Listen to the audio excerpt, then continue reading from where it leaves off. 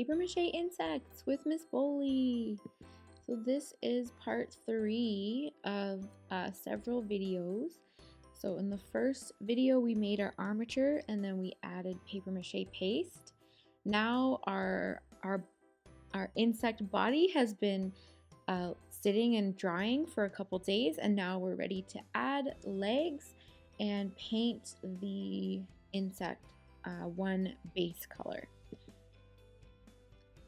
You will need masking tape to attach the legs and some sort of material to use to create your insect's legs.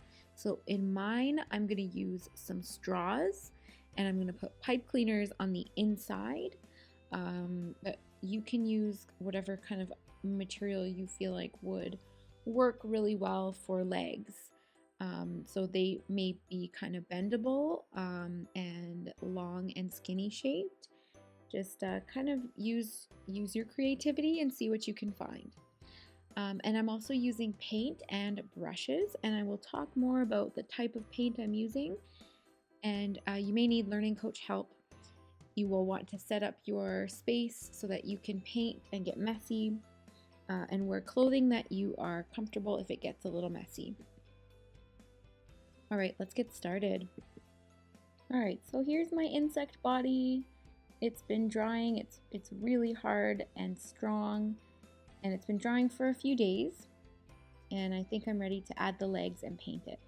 So I'm going to be using some masking tape, and as I mentioned before, I'm going to be using some straws with pipe cleaners inside. So as I was looking for that stuff, I also found some of these materials, so plastic bag and tissue paper, and I was just brainstorming what I might want to use for the wings.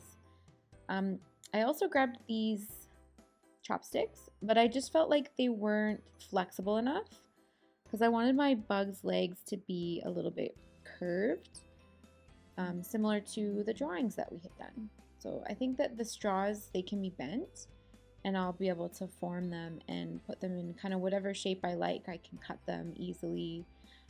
So that's why I chose straws. So I wanted my insect to be able to stand up on its own and be like a little bit lifted off of the surface where it's sitting, the table or wherever I'm displaying it. And so I wanted the legs to be a little bit strong. So I thought, what if I put a pipe cleaner in the inside of the straw? I'm not really sure if this even made a difference at all, but that's what I'm going to do.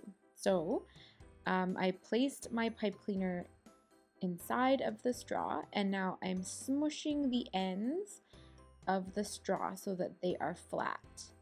And I'm taping them so that the pipe cleaner can't come out.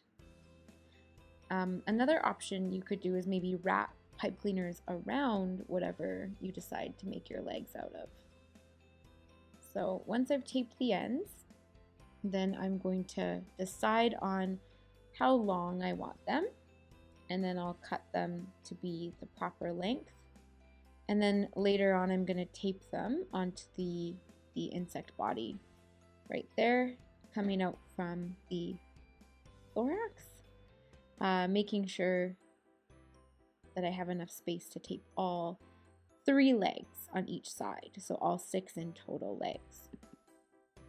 I'm going to repeat exactly the same thing and create 6 legs, and then when I'm ready to tape them on, then we will come back here and I will show you how I will do that. So let's speed up the video.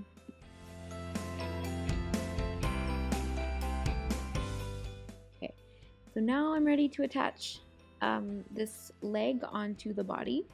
So I'm just going to use a piece of masking tape. And then I'm going to use my fingers. If you're using something round like a straw, you'll want to smush it if you can so that it can be flat so it can attach more easily to the body. So I've smushed the straw and then I've put a piece of masking tape and done my best to kind of make sure it's really secure. I don't want to use too much tape. Like, we're not going to be paper macheing over top of the tape. We're just going to be painting over the tape. So we're going to try to keep it to a smaller amount than what we used for the armature. All right, now look at that. My little insect guy can stand up. He's actually lifted off of the table when I have the legs like this. I'm gonna continue on, do a time lapse of making the remainder of the legs. And then I will use the same method, just using masking tape to tape the legs onto the body.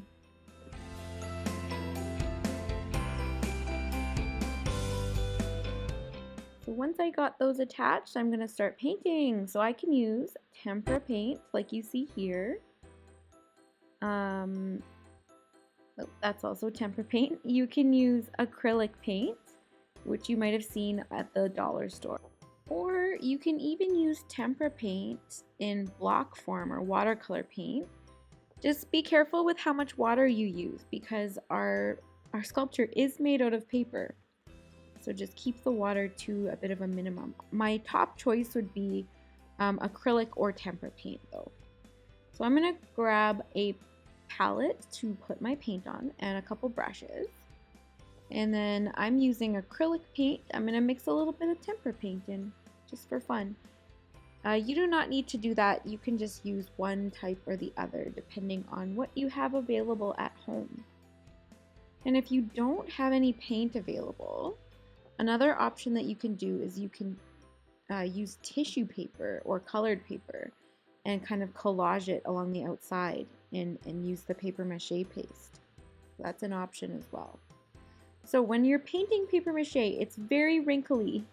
So you're going to want to load up your brush with quite a bit of paint and reload your brush often so that you can cover all the wrinkles.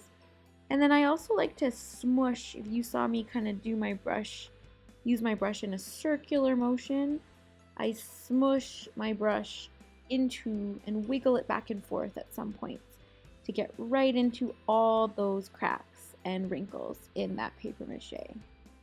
And I'm just painting right on top of the tape, and I'm gonna end up painting the legs, but I'm gonna paint them black.